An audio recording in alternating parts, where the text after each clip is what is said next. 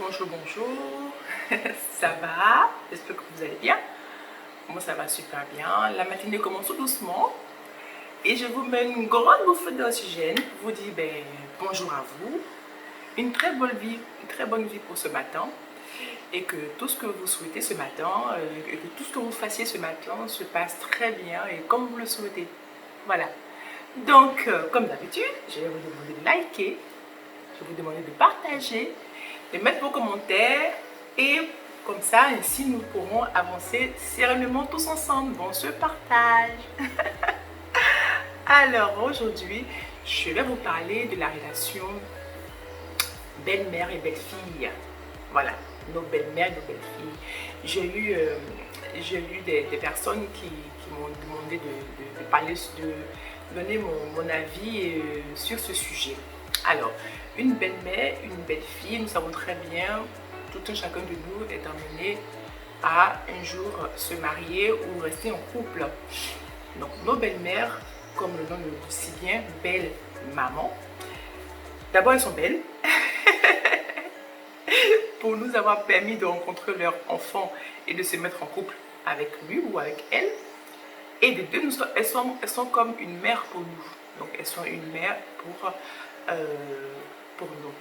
Donc, une relation belle-mère, belle-fille ou belle-mère, beau-fils doit être une relation harmonieuse. Dans tout état de cause, cette relation doit être une relation harmonieuse. Parce qu'elle ne peut pas en être autrement. Sauf si nous mettons en place des situations, des choses qui vont envenimer cette relation. J'ai pour habitude de visionner certains films. C'est un film qui relate le sujet avec quand même beaucoup d'humour et avec beaucoup d'intelligence. Mais ce que je retiens, moi, une belle maman, c'est une personne avec qui on doit pouvoir échanger. C'est une personne avec qui on doit avoir une communication fluide. Je pense qu'il n'y a pas une relation, il n'y a pas une communication qui correspondrait à une situation bien donnée. Bien donnée en ce sens où, en fonction du sujet traité, la communication change de tournure. Mais une relation humaine avec sa belle-mère, avec son beau-frère, avec son patron, avec son ami, avec qui que ce soit, c'est une relation qui doit être harmonieuse, qui doit nous permettre de pouvoir exprimer et dire ce que nous voulons sans aucune difficulté, sans aucun sujet tabou.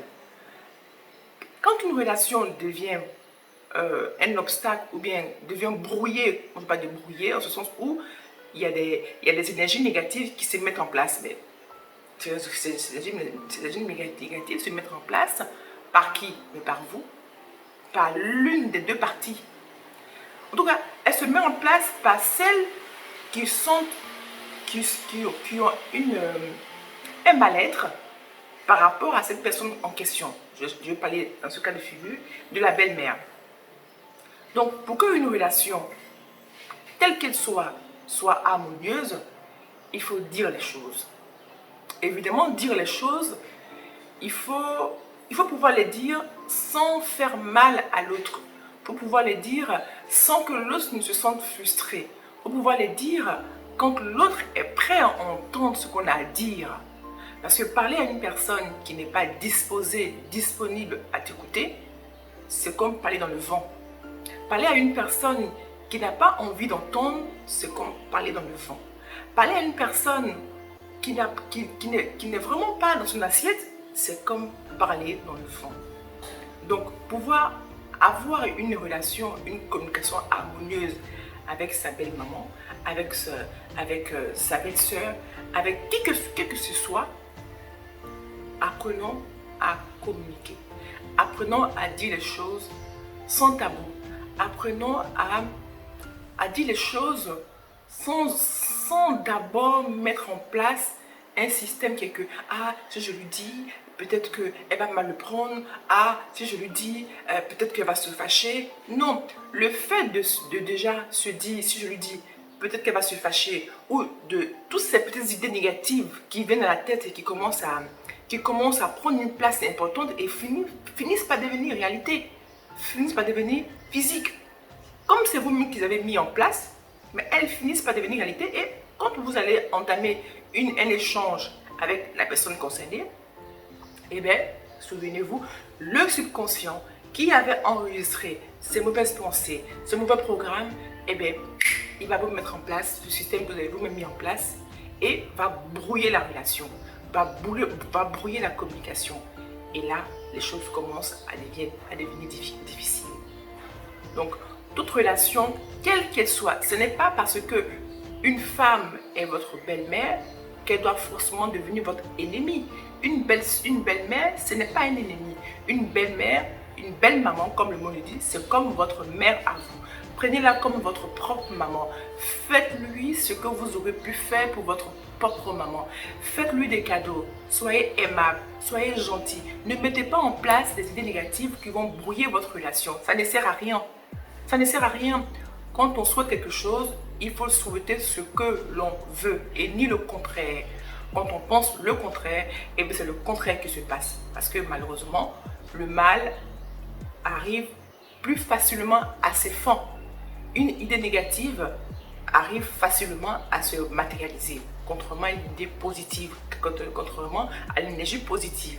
Donc, sur ces belles paroles, je vous invite, lorsque vous aurez écouté cette vidéo, je vous invite aujourd'hui à vous dire que votre belle-mère n'est surtout pas votre ennemi. Sachez que quand le bien est fait, quand la bonne énergie est mise en place, peu importe ce qui se passe en face, peu importe les idées négatives de l'autre en face. Pourquoi? Parce que le positif, il prend toujours le dessus. Le positif, il gagne toujours. Donc, tant que vous êtes honnête avec vous-même, vous êtes honnête avec votre belle-mère, vous êtes honnête dans ce que vous dites et dans les actes que vous posez, il n'y a pas de raison que les relations entre vous et votre belle-mère ne puissent pas être harmonieuses.